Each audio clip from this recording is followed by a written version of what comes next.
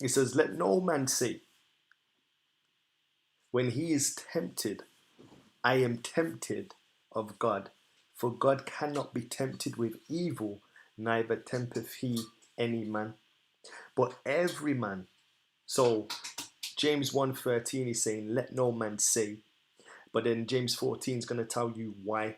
So he says, but every man is tempted when he is drawn away of his own lusts and enticed.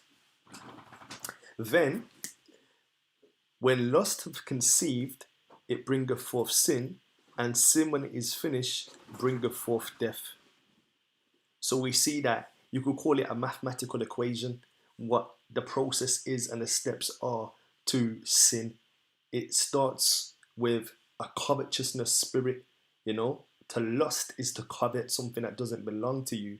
And then by seeking out that thing that doesn't belong to you, that hidden fruit, you know, or that hidden thing or that forbidden thing that is not yours, we see that that then results into sin, because then the deed or the action of that takes place. So mentally you think about the thing that you shouldn't have, and then physically you act out upon that thought process, and then by acting out that thought process you're bringing forth sin, and then sin ultimately will bring forth death. And we see this perfectly illustrated um, with Eve when she was deceived, and she was deceived by her own lust for having something that she already had. She already had a perfect relationship with the Most High Yah, but she was deceived to believe that the relationship she had was inferior, or that she was missing out on something. And we also see this replicated as well in the story of David and Bathsheba, where he was, you know, idle to all extents and purposes, and he saw Bathsheba on the balcony, and he was coveting Uriah's wife, and then we all know the story and what took place there. And incidentally, was it not the son of that union that was killed, or was a stillbirth? So we see that there too. Um, but yeah, let's continue. So I just wanted to make you that plain, that God is not a tempter. He doesn't tempt people with evil. Yeah, and I believe it is, if my memory is correct, 1 Corinthians 10 verse 13, where it says, there have no temptation taken you, but such as is common to man. But God is faithful, and who will not suffer you to be tempted above that which you are able. But will with Oh yeah, I found it. But will with temptation also make a way to escape, that ye may be able to bear it. So we see that, you know, in your most trying time, you know, where you're being led by your own desires, God even gives you a way of escape by faith. There's a way of escape. So when you put yourself in that stupid predicament, yeah, God even gives us an emergency exit, emergency way out, if we choose to accept it. But 9 times out of 10, we start to just to go with the current. We don't go against it. Once we put ourselves in a compromising position, you know, like David, he had many times to escape from doing what he did. You know, how he tried to set up Uriah Smith on. I mean, not Uriah. He tried to set up Uriah on about. I think it was like two separate occasions. You know, he tried to get Uriah to sleep with his wife. He refused because he wanted to go, stay out in the war. And then we know what happened. He put him to the front line, and then he got killed. So he had ample time to reassess the situation and to flee from the sin that he was about to be entangled in. And as a result, we know what happened to Uriah. He died because of the act of King David. So we see that they're perfectly illustrated. All right, boom. Acts 5 verse 10 says, take my brethren, the prophets, who have spoken in the name of the Lord, for example of suffering, affliction, and of patience. So we're supposed to look at the Bible and read about the prophets, Nahum, Obadiah, Zephaniah, Micah, Ezra, and the list goes on. And we're supposed to look at what they went through and the affliction they went through. And we're supposed to have a appreciation of the history and the understanding that we're going to go through the same if not, um, if not uh, in the same way. For example, we might not get sawn in half like Isaiah, but we might go through a time of economic struggle, spiritual struggle, family struggle, you know. James 5:11 says, "Behold, we count them happy which endure." Behold, we count them happy which endure.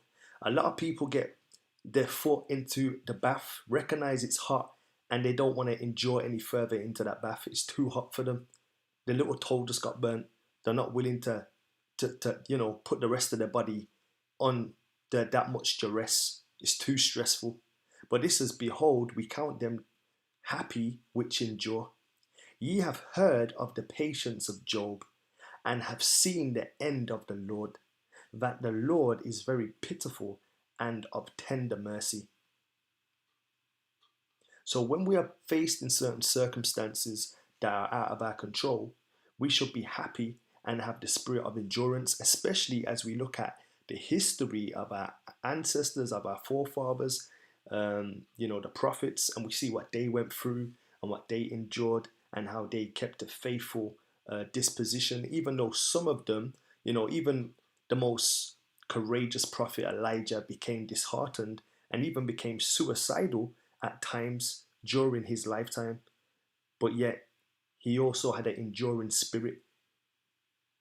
So we need to read their history, not be, what's the word, not sensationalized by the history, but see them as people who had defects and defaults like us. And we're supposed to take confidence in what they suffered and the afflictions they went through. And that's supposed to instill in us some patience. Okie dokie, smoky bacon. James 1 verse 12 says, "Blessed is the man that endureth temptation." We see it again.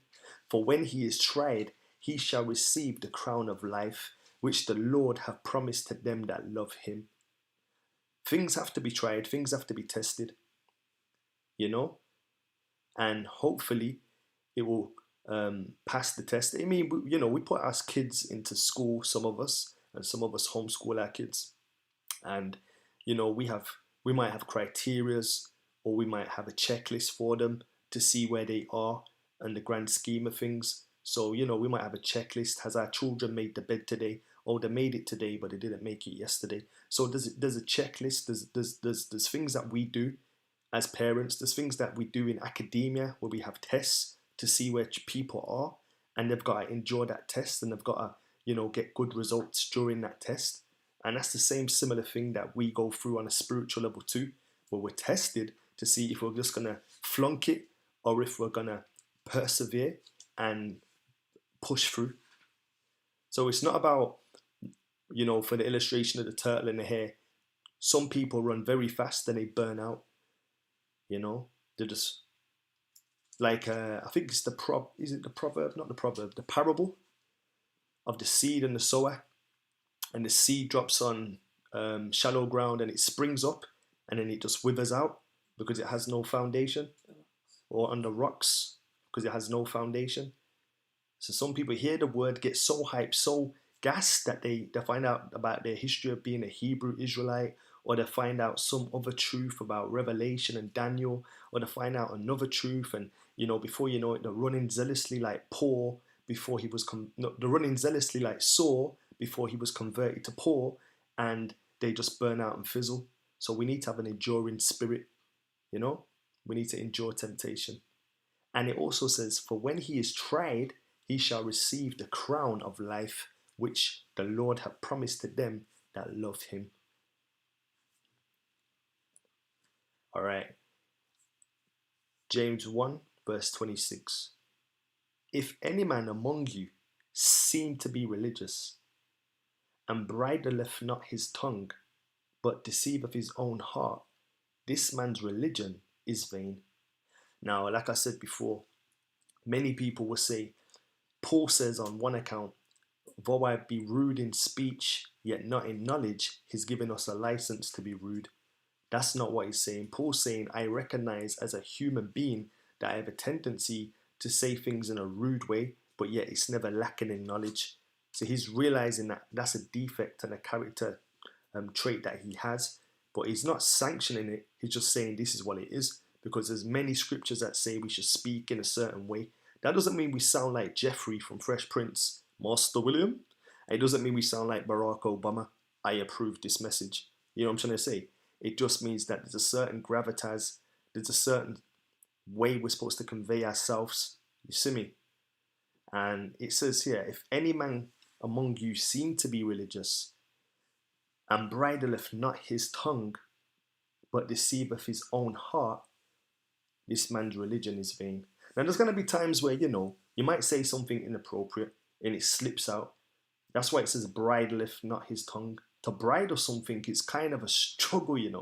It's not like you just strap it down. It's a process to bridle a horse, his mouth, So it is a process, it is a journey. Rome's not built in a day. So if it is a problem where you're struggling with your tongue, eventually, by God's grace, I pray that you're able to bridle it. And I say that to myself included. Next one. James 1 verse 27.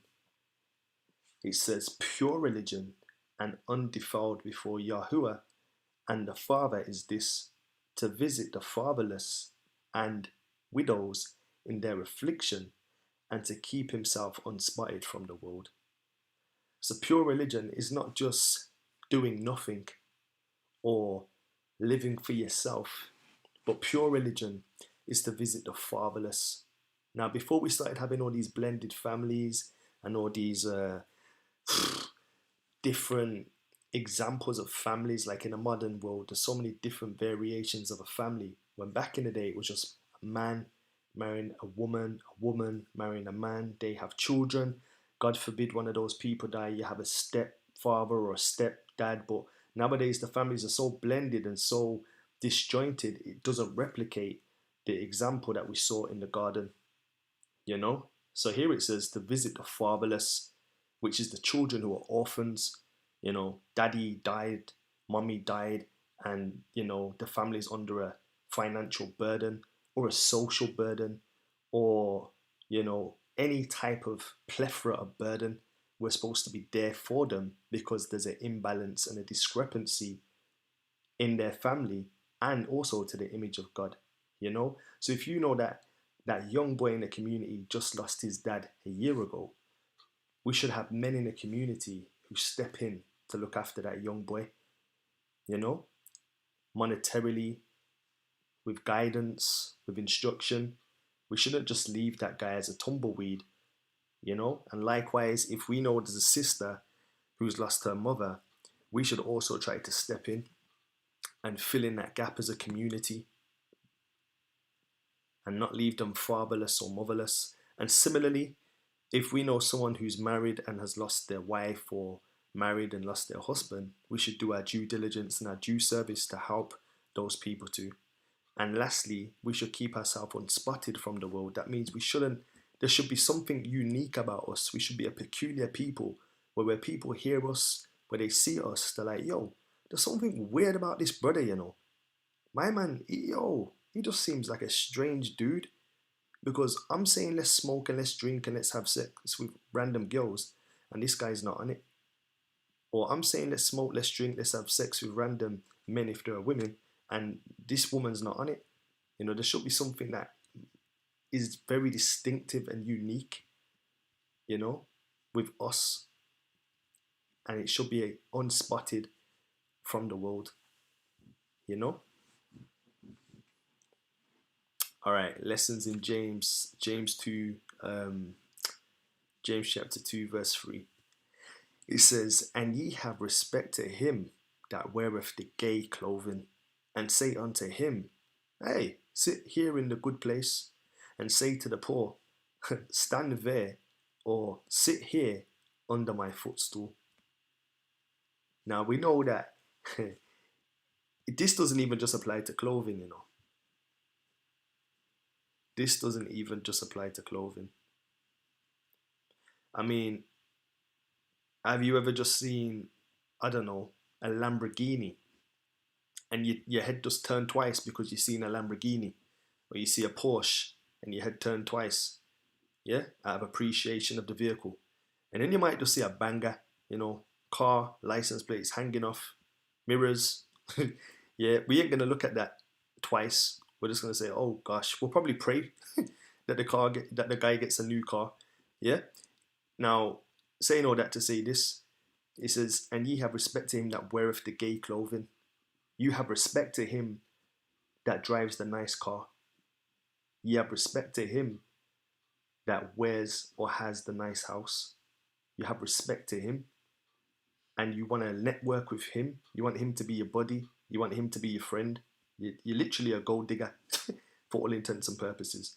And then when you see a poor person, you want to police them in terms of you want to limit their process or limit their progress to be beneath you as your footstool. Not because they're not smarter than you intellectually, but because they're poorer than you economically. And as a society, this you could probably see as classism, where you look down on people who are of equal rank, equal reputation, but they're just not on the same level as you economically, so you look down on them.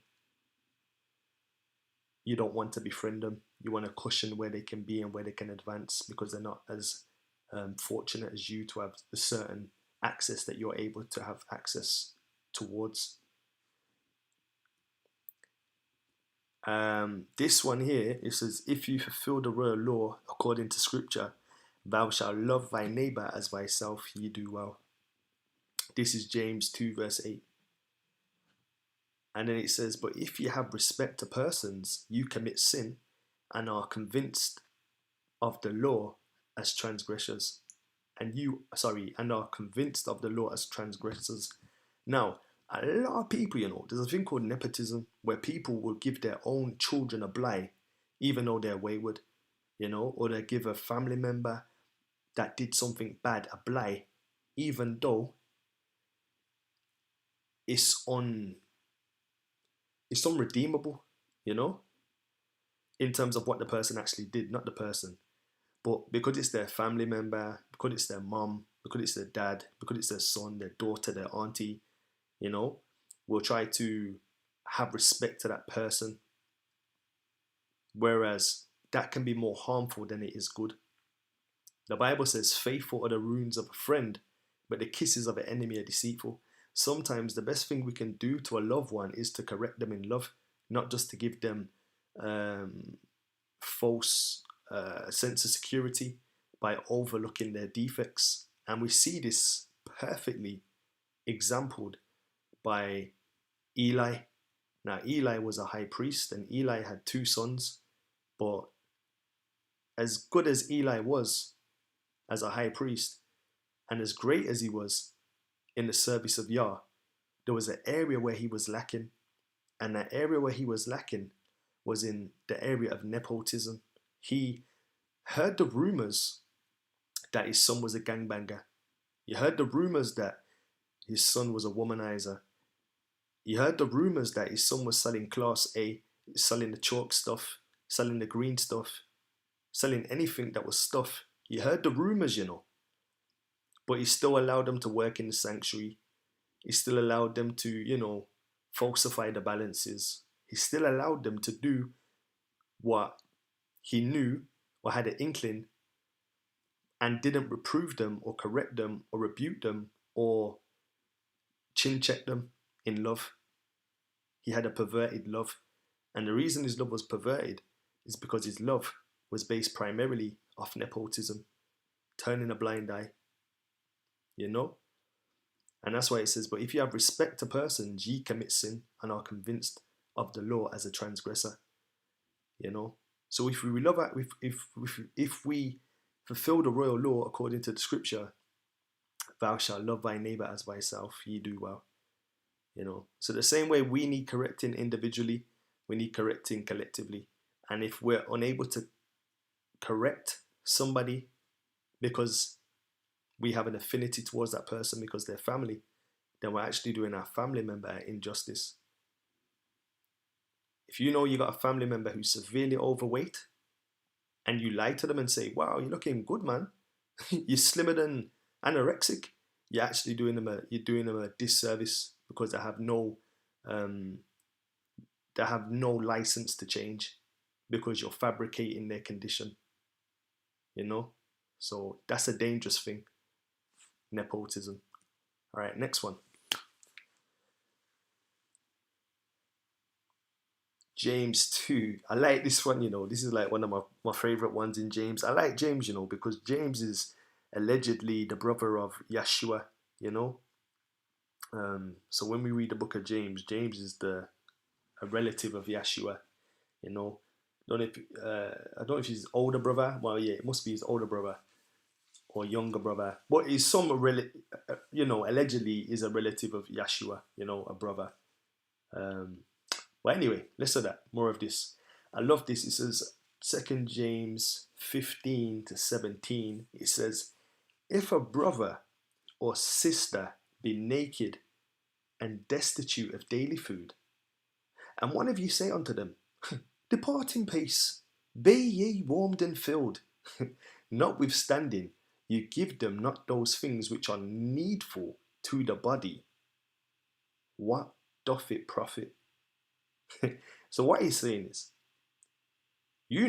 Charlene and Beatrice are struggling to make ends meet because they've started a new job, yeah, and things are getting tricky, and they're destitute of their daily food. And you go, no worry, Charlene and Beatrice. May I pray for you? May I pray really hard? May I pray down to the bottom of my soul?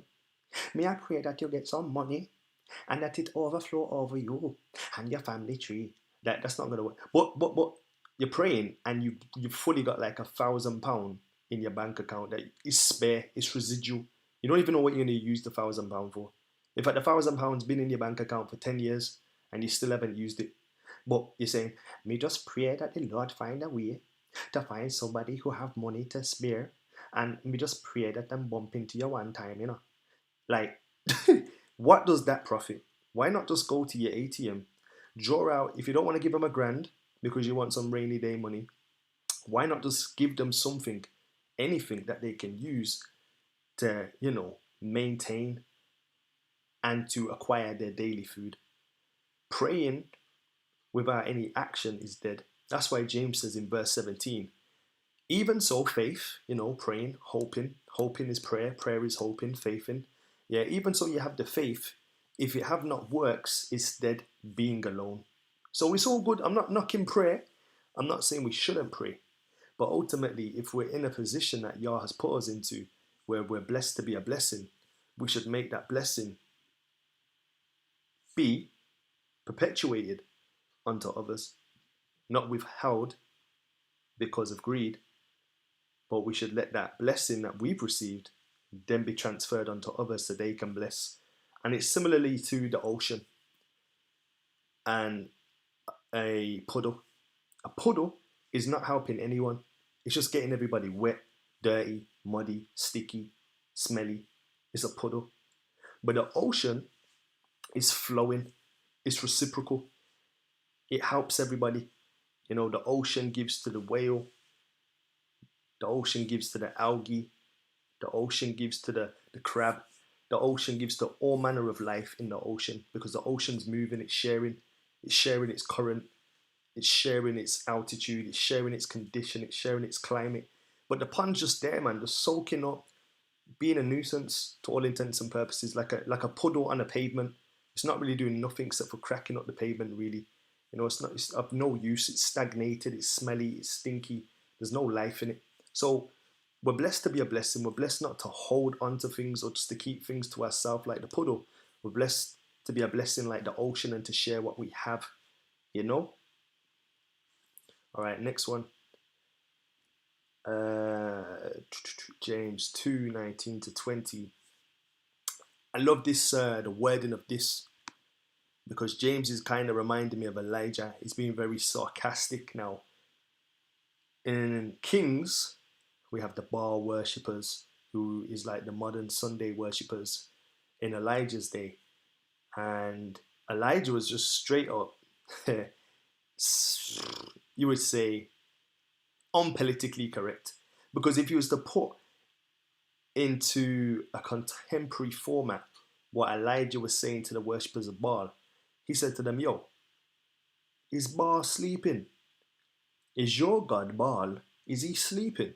Now imagine that in a contemporary sense. That's like going up to a Hindu and saying, yo, is your Hindu God sleeping?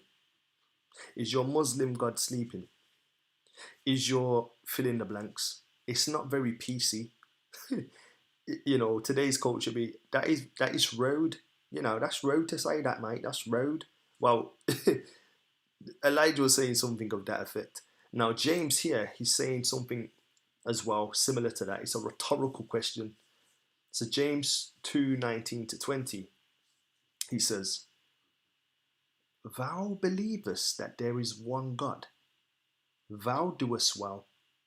The devils also believe and tremble. But wilt thou know that, O vain man, that faith without works is dead? So this guy's saying, all right, you believe there's only one God. Excellent, great, brilliant, high five, clap on the back. Did you not know that the devils also believe? But they don't just believe, you know, they tremble. So you're just believing that there's one God and you're doing very well, you know, excelente. But the devils also believe just like you. But in addition to believing just like you, they tremble. Interesting. It says, But wilt thou know, O vain man, that faith without works is dead? So he's saying you can believe all you want. You can believe the Most High's name is Yahuwah or, you know, Ahaya or whatever. Yeah, you can believe that. You know, you can believe that Yeshua is black or a Negroid or of a melanated disposition. That's great. You can believe all of that and it can make you feel happy about who you are and your culture and this, that, and the other and, you know, your history, etc. That's great. You know, excellent.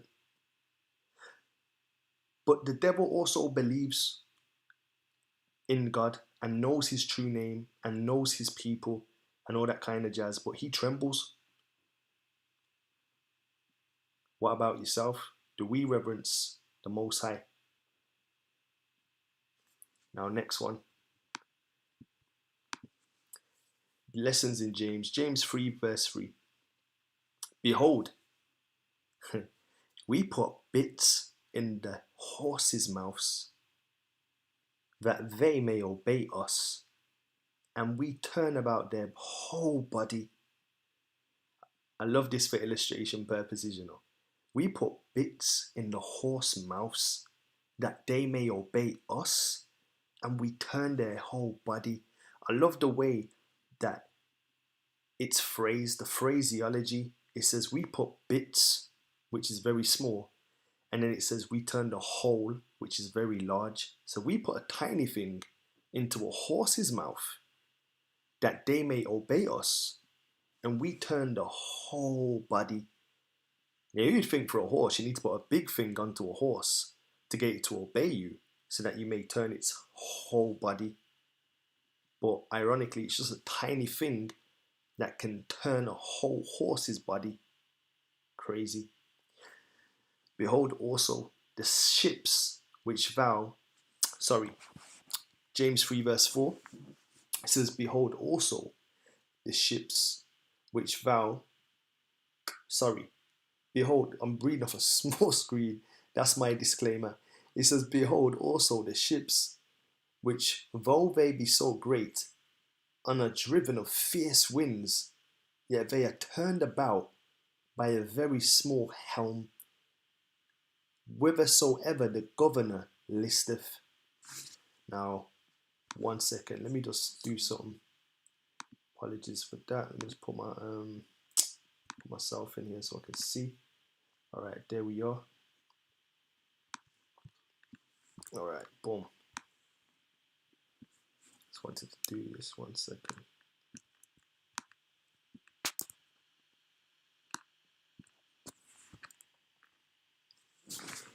Yes, you said, behold also the ships which behold also the ships which Volve be so great and driven of fierce winds, yet they are turned about with a very small helm, wherever so the governor listeth. So you got a massive ship, Titanic kind of ship, the Titanic. And the iceberg brought it down, but ultimately, what was turning it here, there, and everywhere was a tiny, very small helm. The helm was steering it this way, steering it that way.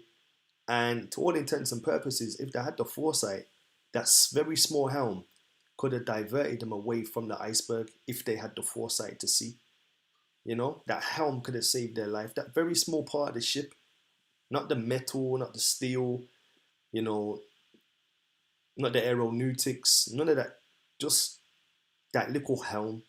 If they would have saw the iceberg and said, taddy ho, you know, they would have been able to steer that craft and avoid the iceberg. Now, those two illustrations were just to magnify and heighten what takes place on the human body. Now he says, even so, the tongue is a little member. Now, what is a member? A member usually has other members, you know? So, a member of a club, meaning there's got to be more than one member. So it's saying, even so, the tongue is a little member. On the human body, you've got the cranium, the clavicle, the humerus, the phalanges, you know? So he's saying, even though the tongue is a little member, you know, he's saying, it boasts of great things. Behold, how great a matter a little fire kindleth. Now, I've got a log burner here, and all it takes is a little bit of fire, and that whole log burner is burning fire. There's a little spark here and there, a little firewood, a little kindle wood, and you've got a nice furnace blazing, heat's amazing, lasting for ages. And that's like the tongue. The tongue is just a small thing, but it can cause the most amount of damage, Women have been raped because their bestie has said, hey, let's go to the nightclub. And then they go to the nightclub and they say, hey, let's have a drink. And then they say, hey, let's get a taxi. Or, hey, look at Doodah. Men have been arrested because their best friend said, hey, let's rob a bank. Or, hey, let's beat up so-and-so because so-and-so did this to so-and-so. Just that tongue, that little suggestion, that little prod has caused a lot of ills and a lot of wickedness. When Yeshua was on earth, they said, free us Barabbas. They could have easily freed Yeshua, but their tongue said, nah man, free Barabbas. And we saw the fire that brought. So the tongue, man, it has the power to kill, it has the power to destroy, but it also has the power to give life. Because the same invites that you have towards sin is the same invites you can have towards doing something good. What do I mean by that? If I invite my bestie to go to the nightclub to rave, so that we can get high, get drunk, and get gal, that's one invitation. But I could also invite my brethren to a Bible study, invite my brethren to some prayer, invite my brethren to look at history, invite my brethren to look at other stuff too. So the same way we can bless, or the same way we can do good, we can do bad. All right, next slide. Lessons in James chapter 3, verse 7. For every kind of beast, and of birds, and of serpents, and of things in the sea is tamed, and have been tamed of mankind. But the tongue can no man tame. It is an unruly evil, full of deadly poison. Therewith bless we God, even the Father, and therewith curse we men, which are made after the same similitude. Out of the same mouth proceedeth blessing and cursing. My brethren, these things ought not to be so. So, 1 minute, we're tucking our kids to bed and we're saying prayers. uh, be with Timothy as he goes to sleep, and in Yah's name, we just pray for our son.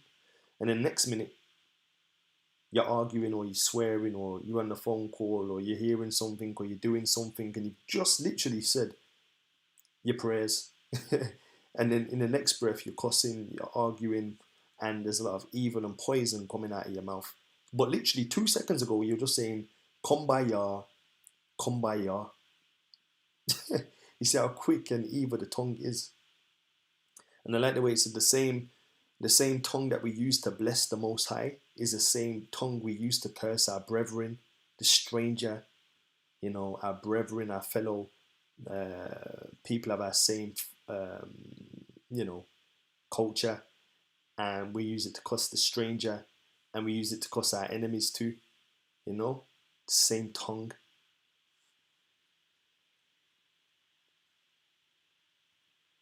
All right, James 3 verse 17. But the wisdom that is from above is first pure, then peaceable, gentle, and easy to be entreated, full of mercy and good fruits, without partiality and without hypocrisy. Now notice, partiality and hypocrisy are kind of synonymous to me, and it's basically referring to what I was mentioning earlier when we looked at the royal law of liberty and how it says not to be a respecter of persons. Now, partiality will leave you being partial to some at the expense of others. You hear a report that your son did something bad. That could never be my son. No, it couldn't be Timothy. Because of nepotism and having respect towards your son and seeing your son as, the best thing since sliced bread, just sinless being. Yeah, so you're going to be impartial because it's your child, it's your nephew, it's your niece, it's your uncle, it's your auntie, it's your grandma, it's your granddad. So you're going to have partiality because the same, the same yardstick that you'd give to your son, you wouldn't give to somebody else's son potentially, or you wouldn't give to your enemy's son potentially, or you wouldn't give to an enemy full stop, but you'd give it to your own because they're your flesh and blood. So we see there's a partiality, and that partiality can lead to hypocrisy. But also it says wisdom that is from above is pure, is first pure. Notice it said first pure. So it's giving you the hierarchy as first, second, third, and fourth. It's saying the wisdom that's from above is pure. H2O, it's pure. Then it's peaceable. So it's pure, firstly, peaceable, secondly, gently, thirdly, and easy to understand or be entreated, fourthly, full of mercy, fifthly, and good fruits, sixthly, even though that's not a word, and seventhly, is without partiality, and eighthly, is without hypocrisy. So we see there's a hierarchy to wisdom, that's from above. Now we know there's wisdom that's from beneath, and we also know that there's unprofitable knowledge. So there's knowledge that's just unprofitable, there's a knowledge that puffs up. And I use this example for knowledge that puffs up. When somebody goes to university, gets a master's, gets a doctorate, whatever, there's a tendency to become puffed up because you have now a qualification per se, and look down on other people who don't have a qualification. And applying that to a spiritual sense, when you come into the word, you probably don't know an awful lot because you're a blank canvas. Then you start to understand, and then that understanding and that knowledge can start to puff people up, Oh, you've only just read that part in the Bible. Oh man, I read that last week. Oh man. And you see all this kind of vainglory, point scoring, this kind of carnal, sensual, devilish, fleshly disposition, But we see that wisdom that's from above is first pure, then peaceable, gentle, easy to be entreated, full of mercy and of good fruits, without partiality and without hypocrisy.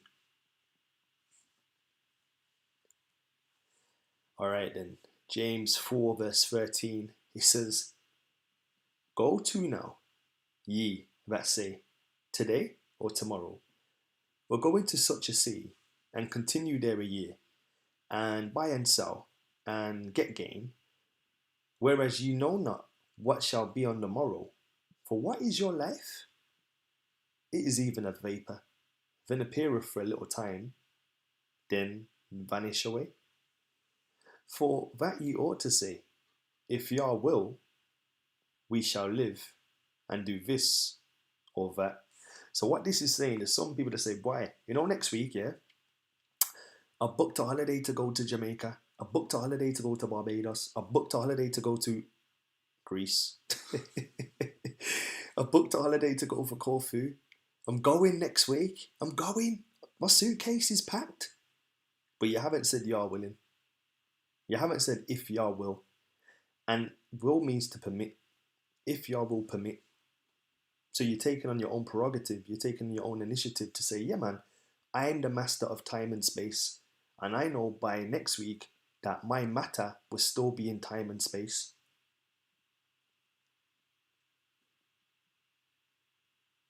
Because you might think you're some god or something. I don't know. But what you're supposed to say is, if Yah will, or Yah willing. And there's a lot of us, many of us, that do this.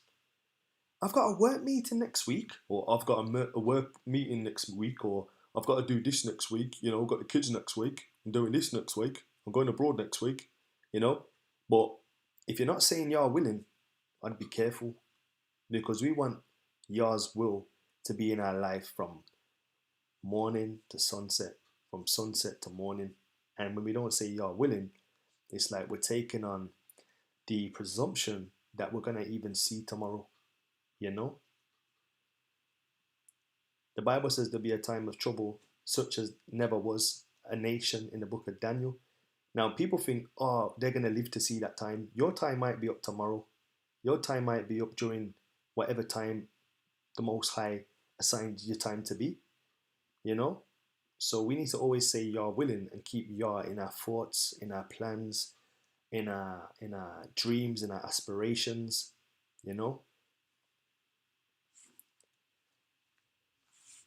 Okay, therefore, to him that knoweth to do good and doeth it not, to him it is sin. Now, to contemporize this is like saying, know better, do better. My kids, why my kids? I've got a kid. I don't even like saying kid because kid's a baby goat and I haven't got kids. So let me switch that. My children, there's a age range between them. They're not twins. So I'm always saying to the older who tries to copy the younger, you know better. So this is why you're getting in trouble, and this is why your punishment is going to be of a higher magnitude than the younger, because the younger doesn't know better. So he's living up to the light he knows. He's living up to what he sees as right and wrong. But I know you unapologetically know the difference between right and wrong. So you can't even try to justify yourself to me, your dad, and say to me that, "But he's doing it," because I know and you know that he doesn't know. But you know. So what's your excuse? And that's the same for us. We can't be waiting for our mom, our dad, our uncle, our auntie, and our brothers and our sisters and our siblings or our friends and our enemies to keep Sabbath when we know that the Most High says the Sabbath is the Sabbath. We can't be waiting for our wife, our husband, our spouse to come on board with Sabbath when we know the Sabbath is the Sabbath. We can't be waiting for our fiance, our husband, our wife to stop eating pork when we know that pork is unclean. We can't have people as our excuse. We can't have people as our gods. We can't have people as our strawmen. We can't have people as our safety net. It doesn't wash. If my daughter come up to me and says, "Well, he's doing it," I'm saying, "But you're older." Yeah, but you're older. Yeah, you know better. Yeah, but what? But go somewhere else with that. So we need to know, if we know better, we should do better. Hence why James says, therefore, to him that knoweth to do good and doeth it not, to him it is sin. All right, next one. James 5 verse 8 says, but ye also patient, establish your hearts, for the coming of the Lord draweth nigh. So James has also got a message of us to be patient, which we read earlier, but also to establish our hearts, get our hearts right, for the coming of Yah draweth nigh. Now we know that in the Day of Atonement, there was a day of cleansing. There was like a preparatory work of cleansing the heart and mind to be able to stand in the Day of the Atonement. You know, so James is, I believe, borrowing that language of establishing your hearts for the coming of the Lord draweth nigh. Be patient, establish your hearts. Day of Atonement, you had to put sin away. You had to throw all that stuff away. Throw away all the porno magazines. Throw away all your double dealings. Throw away your mistress and your other mistress and your side mistress and your main mistress. You have to throw all that stuff away. Throw away anything that is not going to have you in a right standing on the Day of Atonement. That's what I believe the language is being borrowed, but it could be right, it could be wrong. But the basic is he's saying, be patient and establish your heart, for the coming of the Lord draweth nigh.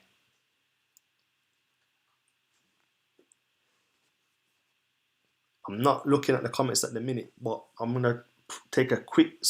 I haven't looked at any comments yet.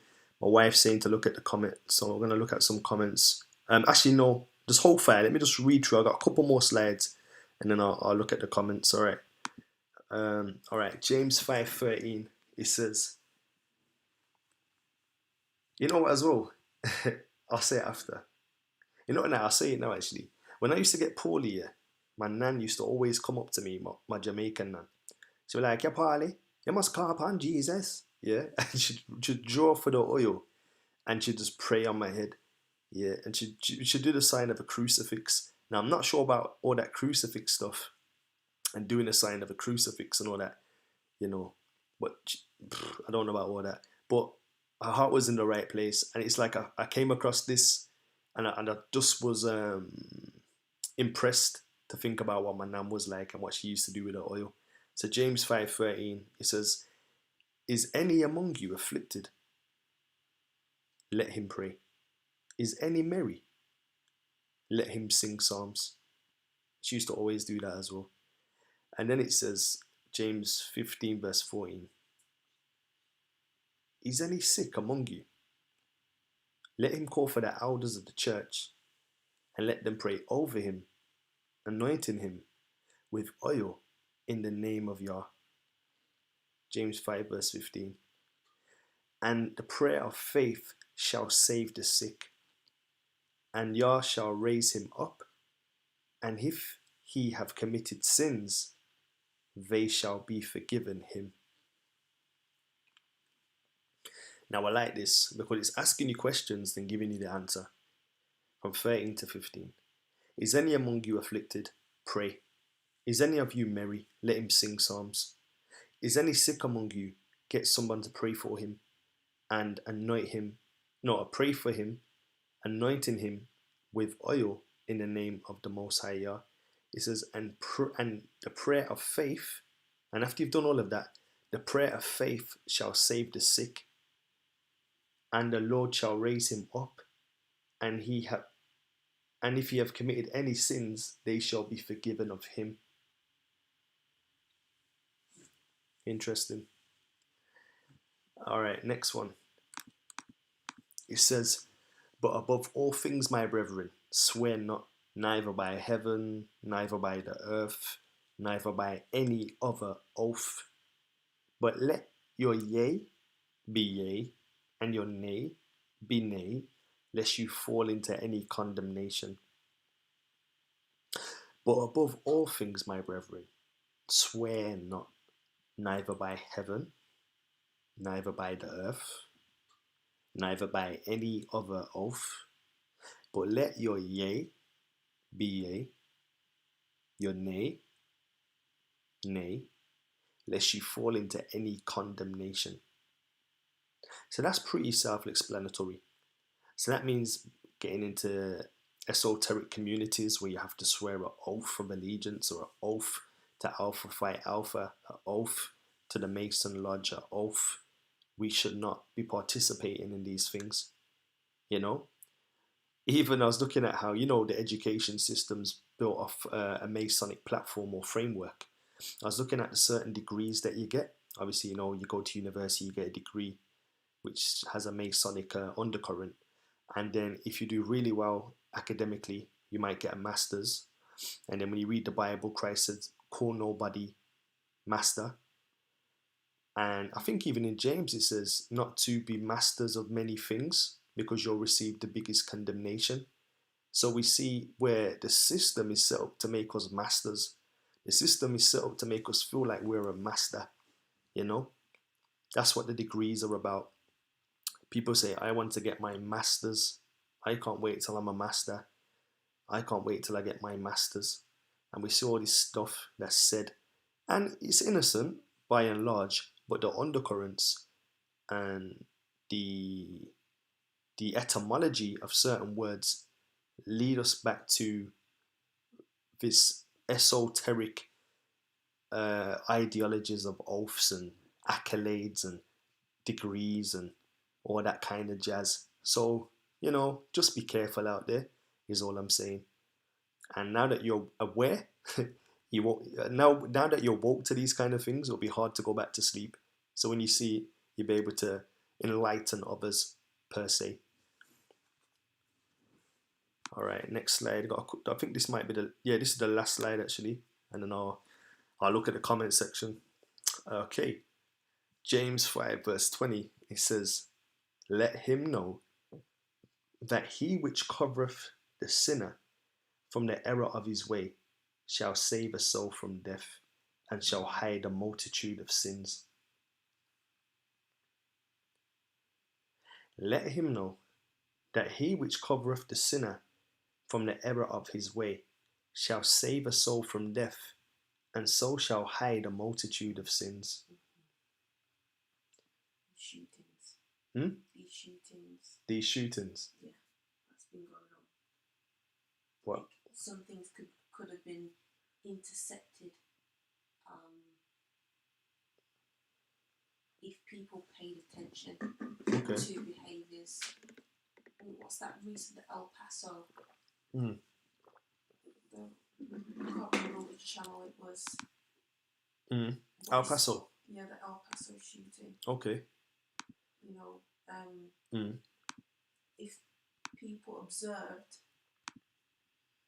or seen different trends, how I think you spoke about killing people before. Oh, did he, the guy? I think so. And if it was intercepted then there may not have been an El Paso mass shooting. Okay. You see where I'm coming from? So covering up that sin, covering up that attitude, that mindset led to the multitude of sins of killing of many people. Okay. Interesting. Sorry about that. I'm just 1 second. Just gonna what happened there? All right. What there was a verse before that I want to include into it too. I think it's kind of key to the context as well. But I like that point though, in terms of what you just said there. So what you're saying is because certain trigger points weren't excavated, it led to him being exposed to do what he had to do because he was unchecked. Okay. So James 5:19 says, "Brethren, if any of you err from the truth, and one convert him, let him know that he which covereth the sinner from the error of his way shall save a soul from death, and shall hide a multitude of sins." So you're saying, in light of El Paso, in light of the El Paso shooting, if this guy was. What are you saying? Articulate what you just said again. So apparently there was a lot of trigger events that he had meetings with different people, and he said he talked about killing beforehand, and those should have been key points where people could have intervened, and if they themselves didn't intervene, they could have spoke to somebody else, made aware of somebody to, to observe, to watch. Was that with both of the shooters, or just that individual? I think was that just that individual. I can't really say for the other shootings that. Okay. Well, that's interesting. But yeah, all right. So